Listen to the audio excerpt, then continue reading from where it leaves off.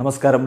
Rafter ഫുട്ബോളിലേക്ക് എവർക്കും സ്വാഗതം. ലിവർപൂളിലെ മഞ്ഞുരുകുന്നു എന്ന് വേണം കരുതാൻ. മോസലയും ആർനെ സ്ലോട്ടും തമ്മിൽ സംസാരിച്ചു.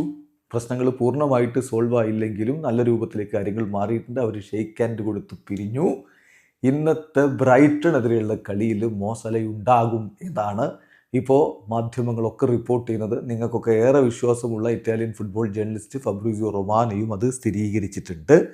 ഏതായാലും ഇന്ന് രാത്രി ഇന്ത്യൻ സമയം 8:30 ലിവർപൂളും ബ്രൈറ്റണും തമ്മിലുള്ള കളിയുള്ളത്.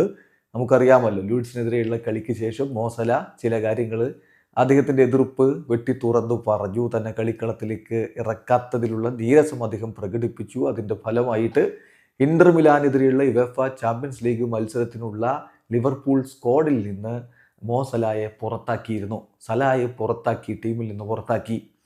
അവിടെ നിന്ന് ഇനി അദ്ദേഹം വീണ്ടും അവർക്ക് വേണ്ടി കളിക്കുമോ എന്ന ചോദ്യം ഉണ്ടായിരുന്നു. ഇന്നലെ പ്രീ മാച്ച് പ്രസ് കോൺഫറൻസിൽ സ്ലോട്ടിനോട് അതിനെക്കുറിച്ച് ചോദിച്ചപ്പോൾ ഞാൻ സലായുമായിട്ട് നേരിട്ട് സംസാരിക്കും, ആ സംസാരത്തിൻ്റെ ആ കോൺവെർസേഷൻ്റെ ഔട്ട്കം അനുസരിച്ചിരിക്കും അദ്ദേഹത്തെ കളിപ്പിക്കുമോ എന്നുള്ളത് എന്നുകൂടി സ്ലോട്ട് പറഞ്ഞിരുന്നു. ആ കോൺവെർസേഷൻ്റെ ഔട്ട്കമാണ് ഇപ്പോൾ പുറത്തേക്ക് വന്നിട്ടുള്ളത്. കാര്യങ്ങൾ സെറ്റിൽഡ് ആവുന്നു. സല കളിക്കുമെന്ന് പറയാൻ ഇപ്പോൾ നമുക്ക് കഴിയില്ല, അത് കോച്ചാണ് തീരുമാനിക്കേണ്ടത്.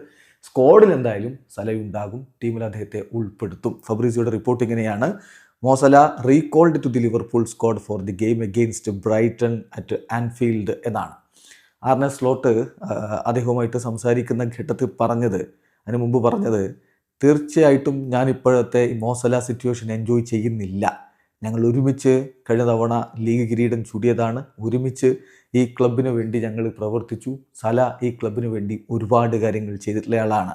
ഐഡിയലി ഈ ഒരു സിറ്റുവേഷൻ നമ്മുടെ താരവുമായിട്ട് എത്തിപ്പെടുന്നതിൽ എനിക്കൊരു താല്പര്യവുമില്ല എന്നാണ് സ്ലോട്ട് പറഞ്ഞത്. പിന്നെ സ്ലോട്ട് പറഞ്ഞു, ഞാൻ ഈ ഒരു മോസല സിറ്റുവേഷൻ എൻജോയ് ചെയ്യാത്ത ഒരാളാണ് ഇപ്പോഴത്തെ അവസ്ഥയിൽ. പക്ഷേ എനിക്ക് എൻ്റെ ലൈനപ്സ് ചെയ്യേണ്ടതുണ്ട് എന്ന് പറഞ്ഞാൽ ക്ലബിന് ഏറ്റവും ബെസ്റ്റ് എന്താണോ അതാണ് എനിക്ക് ചെയ്യേണ്ടത് എന്നുകൂടി ആർനെ സ്ലോട്ട് പറയുകയുണ്ടായി. എന്തായാലും സ്ലോട്ട് അദ്ദേഹവുമായിട്ട് സംസാരിച്ചു. സല സ്ക്വാഡിലേക്ക് മടങ്ങിയെത്തുന്നു. ഇനി ഇത് കഴിഞ്ഞാൽ അദ്ദേഹം ആഫ്കോണിന് വേണ്ടിയിട്ട് പോകും. അത് കഴിഞ്ഞിട്ട് പിന്നെ അവിടെ തുടരുമോ എന്നുള്ളത് ജനുവരി ട്രാൻസ്ഫർ വിൻഡോയുടെ സമയത്താവും തീരുമാനമാവുക. വീഡിയോ അവസാനിക്കുന്നു. ഫുട്ബോൾ ലോകത്തെ കൂടുതൽ വിശേഷങ്ങളുമായി റാഫ് ടോക്സ് എത്താം.